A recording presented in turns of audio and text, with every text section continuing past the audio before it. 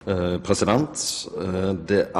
nå etablert det som heter Servicesenter for utenlandske arbeidstakere i Oslo og i Kirkenes, og fra november i fjor også i Stavanger.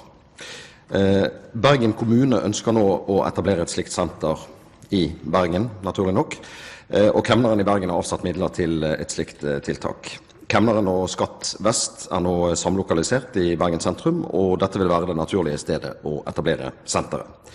Vil statsråden støtte dette initiativet, eller medfører det riktighet, som jeg har fått opplyst, at Arbeidsdepartementet ikke ønsker flere slike sentre etablert i Norge, og at prosjektgruppen for slike senteretableringer skal avvikles? President, et felles servicesenter for utenlandske arbeidstakere og deres arbeidsgivere ble høsten 2007 etablert i Oslo. Senteret en samlokalisering med medarbeidere fra Skatteetaten, Utlendingsdirektoratet, politiet og Arbeidstilsynet. Senteret dels et sted for informasjon og veiledning, dels et sted hvor det blir utført enklere saksbehandling av de respektive etatene. Alle EØS-EFTA-borgere betjenes av servicesenteret. Det samme gjelder tredjelandsborgere som får eller søker opphold som arbeidstakere. I tillegg kommer familiemedlemmer til disse gruppene. Norge har hatt en betydelig arbeidsinnvandring, både i form av arbeidstakere som ansettes hos norske arbeidsgivere og utenlandske arbeidstakere med utenlandske arbeidsgivere. Det gode erfaringer med senteret i Oslo, både blant medarbeidere og brukere. I stortingsmelding nummer 18 ble det blant annet foreslått at det vurderes å etablere flere slike kontorer. Som en del av regjeringens nordområdesatsing ble 28. september 2009 åpnet et nytt informasjons- og saksbehandlingskontor i Kirkenes, og 2. november 2009 åpnet et nytt servicesenter i Stavanger. Det viser seg at etterspørselen etter arbeidskraft og tilstrømming av arbeidsinnvandrere har avtatt i perioden med mindre gunstige konjunkturer. Jeg vil derfor fremheve at det foretatt omfattende regelendringer i utlendingsregelverket som har forenklet saksbehandlingen. Dette gjelder bortfall av overgangsordningene, innføring av en ny registreringsordning for EØS-borgere og et nytt regelverk for arbeidsinnvandring, hvor det blant annet gis adgang til på visse vilkår for spesialister og nøkkelpersonell å få starte arbeid uten tillatelse. Behov for slike sentre har derfor blitt mindre.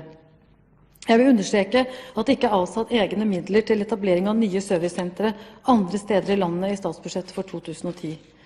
Basert på tilstrømmingen av arbeidsinnvandrere til Hordaland kan det likevel tenkes at regionen kan ha behov for slike servicesentre. Jeg stiller meg positivt til at det innenfor disse rammer lokalt tas initiativ til samarbeidsløsninger for å bedre servicen overfor brukerne av offentlige tjenester.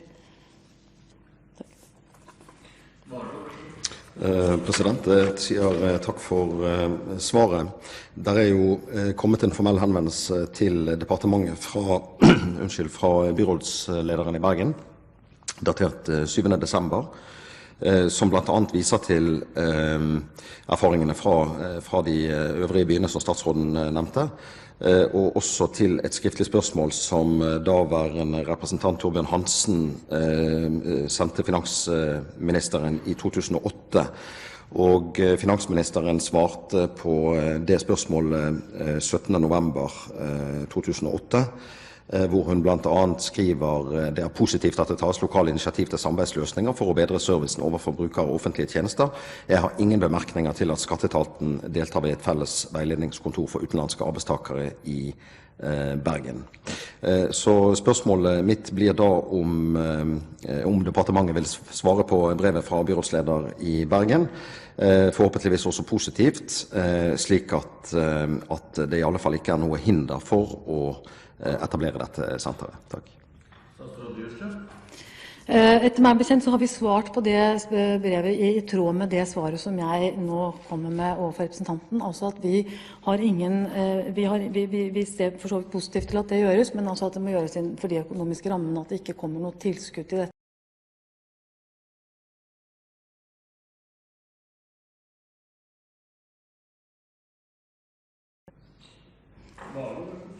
Da har jeg egentlig bare et spørsmål til slutt angående dette med finansiering, fordi at jeg forstår det jo slik at der en betydelig statlig finansiering av servicesenteret for utenlandske arbeidstakere i Oslo.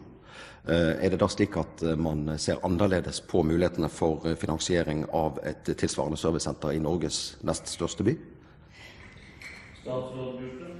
Som jeg sa i mitt svar, så er bakgrunnen for Oslo, eller jeg vet ikke helt om jeg sa det, men jeg burde ha sagt det, er blant annet, altså det var en prøvemodell hvor det var naturlig at man gikk inn med penger. Og så har man da, altså, som jeg også sa, da hatt som en del av nordområdepolitikken, så man et behov i Kirkenes, og så har man hatt en særlig innvandring, arbeidstypekraftinnvandring i Stavanger. Det er bakgrunnen for at man da gikk inn og delfinansierte de prosjektene. Så mener man nå at slik som regelverket er endret, så ser man ikke det samme behovet. Og det er bakgrunnen for at vi da ikke har satt av midler til dette for 2010.